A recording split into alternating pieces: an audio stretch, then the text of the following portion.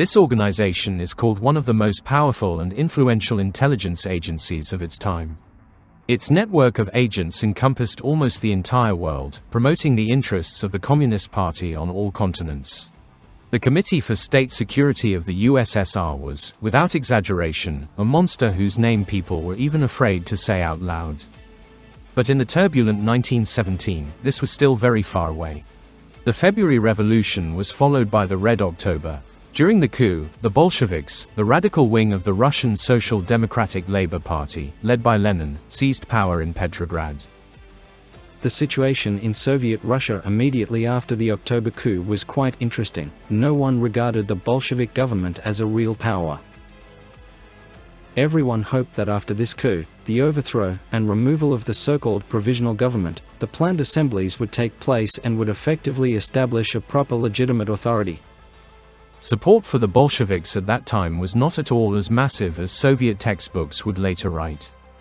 Lenin and his associates were joined by some workers of factories and plants, some soldiers and the poorest peasants.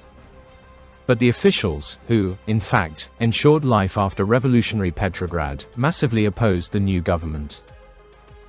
It was the bureaucratic management structures that provided the delivery of bread, food, and ensuring the daily life of the city of Petrograd. And this, if you recall, was all in the conditions of the First World War, when hunger, cold and complete destruction. Either they didn't follow the orders of the Council of People's Commissars led by Lenin at all, or they carried them out in a way that looked like outright sabotage. Therefore, it was a big problem then. This was one reason. The second reason was counter-revolution, meaning the suppression of resistance to the new regime that had seized power, primarily armed resistance. The Bolsheviks understood that if they did not act immediately, they would lose power in Petrograd as easily as they seized it. On December 20, 1917, at the initiative of the chairman of the Council of People's Commissars Vladimir Lenin and the secretary of the Russian Social Democratic Labour Party of Bolsheviks Felix Dzerzhinsky, the All-Russian Extraordinary Commission for Combating Counter-Revolution and Sabotage was established. The Commission's task was to stop and eliminate all counter-revolutionary and sabotage acts across Russia, no matter who was behind them. The Commission was to focus primarily on suppressing sabotage by the cadets, right socialist revolutionaries, saboteurs, and strikers. Measures included confiscation, arrests, revoking ration cards, publishing lists of enemies of the people, and more. Besides fighting regime opponents within Soviet Russia as a political police, All-Russian Extraordinary Commission also carried out intelligence and counterintelligence functions. The newly created Secret Service was headed by Felix Dzerzhinsky, one of the ideologists of the Red Terror, who would soon be called the Iron Felix. Many people believe that his nickname came from what the Bolsheviks called his unbreakable steel will. Everything was much more prosaic. When the Bolsheviks moved from Petrograd to Moscow and All-Russian Extraordinary Commission took over the building on Lubyanka Square, Dzerzhinsky was given an office on the second floor. One day he was working, and then someone threw a grenade through the open window. Dzerzhinsky showed such an unprecedented speed, jumped into the iron safe that stood in his room. An explosion went off, and the grenade blew apart half the office. When the Chekists rushed into the room, they saw dust from the plaster everywhere, all the furniture completely destroyed, and Felix Dzerzhinsky crawling out of the iron safe. This earned him the nickname Iron Felix. Whatever the true origin of Dzerzhinsky's nickname, one of the biggest problems the dictatorship of the proletariat security organ faced at its inception was a lack of professional personnel.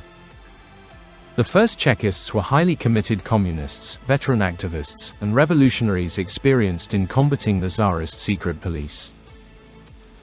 If we take the Bolsheviks, few of them served in the army at all. They were mostly draft dodgers or deserters. That was the general trend. But on the other hand, they had experience in conspiratorial underground work. They had skills in secret activities, conspiracy, encrypted communication. Recruiting former imperial intelligence and gendarmerie agents into the Chekists was unworthy of a proletarian state. It didn't align with the slogan, "We will build a new world." Ultimately, they discreetly became secret advisors for the Chekists while donning leather coats. Along with them, adventurers, lumpenized elements and outright sadists often joined the ranks of the Extraordinary Commission, which played a role in the future development of the service. The Kiev Extraordinary Commission had a special unit of Chinese who had stayed here, in the territory of Ukraine. They built the Southwestern Railway. It was the cheapest labor. One of the options for torture that these people used was to take a rat, launched into a pipe. One end of the pipe was tied to the belly of a person, and a rat was launched into the other. And the hungry rat kept gnawing. The person said everything. Less than a year after its creation, the Commission gained its own strike force. The core of the troops of the Extraordinary Commission. 35 battalions of 750 soldiers each, armed with machine guns, artillery, and armored vehicles. The Secret Service expands beyond Petrograd. The Bolsheviks formed commission units in all controlled areas. Special departments appear in the Red Army. It's clear that political control over the army was carried out by political commissars. Meanwhile, military counterintelligence was handled by special units that monitored the leadership. This was primarily to prevent betrayal. And secondly, they created their own information agent network among the local population. The Extraordinary Commission gradually penetrated into all spheres of life in war-torn Russia. The February decree, "The Socialist Fatherland is in danger," expanded the Commission's powers during the German offensive. In fact, it legalized mass murder. Item 8. Enemy agents, speculators, thugs, hooligans, counter-revolutionary agitators, and German spies are to be shot on the spot. The Chekists used their numbers, weapons, and mandate to effectively exterminate the counter-revolution. And there are still terrible legends about Dzerzhinsky's determination and cruelty. In 1918, at one of the Council of People's Commissars meetings, Lenin handed Dzerzhinsky a note that read, "How many counter-revolutionaries are in our prisons?" Dzerzhinsky wrote back, 1,500. From Lenin, the note returned with a cross opposite 1,500. That night, post-Council of People's Commissars meeting, all 1,500 counter-revolutionaries were executed. The next day, Lenin told Dzerzhinsky, "Felix, you misunderstood me. I marked it with a cross, simply because I've read your note." Fear and brute force were not the Red authorities' only tools. In the restless Russia of 1918, the Commission became the main tool of the undercover games of Lenin and company, who sought to eliminate their political competitors. The left-wing social revolutionaries were among the first to feel the full power of this organization. The government was a coalition. There were Bolsheviks and left socialist revolutionaries. The left socialist revolutionaries significantly influenced the populace and were indispensable. They insisted that the Extraordinary Commission should have legal standards for arrests, with specific grounds, rather than arresting people indiscriminately. But this did not suit the Bolsheviks very well. On July 6, 20-year-old Yakov Blumkin, head of the anti-espionage department, assassinates German ambassador Count Mirbach. Young Chekist was a left socialist revolutionary. This gives the Bolsheviks a reason to accuse them of trying to start a war with Germany. A Chekists unit, led by Felix Dzerzhinsky, was dispatched to capture the assassin. Blumkin's party comrades in the commission refused to hand him over. They arrested the head of the Extraordinary Commission himself. The Bolsheviks and the socialist revolutionaries clashed. The revolt lasted 2 days, and socialist revolutionaries' leaders were arrested. Power in Soviet Russia was held by Lenin and his circle. From that moment, the commission became what it was later called, the Order of the Swordbearers, fully subordinated to the Bolshevik leadership. Yakov Blumkin, who initiated the socialist revolutionary uprising by murdering Count Mirbach, survived. He will faithfully serve in the commission for many more years. I share the view of Western researchers that this was likely a targeted operation by the Extraordinary Commission and its leaders, who were members of the Russian Communist Party, to remove the competing party from control of such a powerful structure. This is not enough for the Bolsheviks. The party is looking for a pretext to tighten the screws even more. And it received it on August 30, 1918.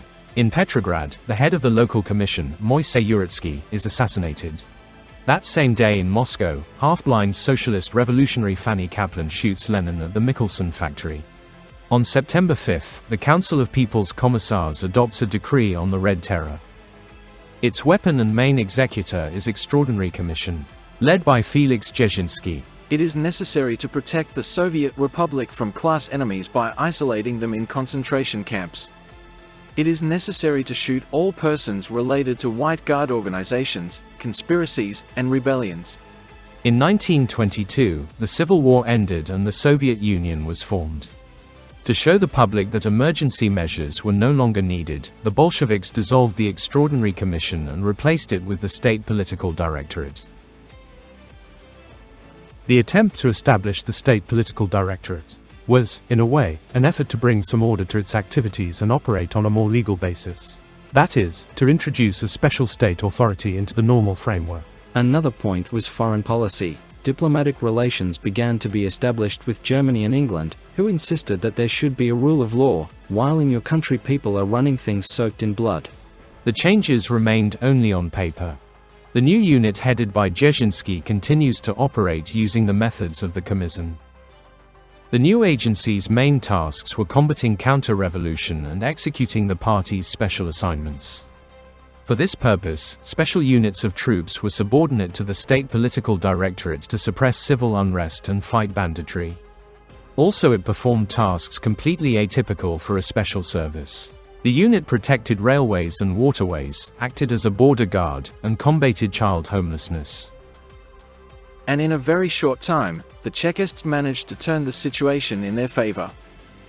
Children were removed from the streets and placed in special preventive schools where they received education, food, and clothing. In addition, preventive labor camps were created for especially difficult cases, which were in fact nothing more than correctional colonies. The Political Directorate monitors both domestic enemies and exiled emigrants. Undercover agents of the former commission penetrate the environment of the White Guards and Ukrainian nationalists.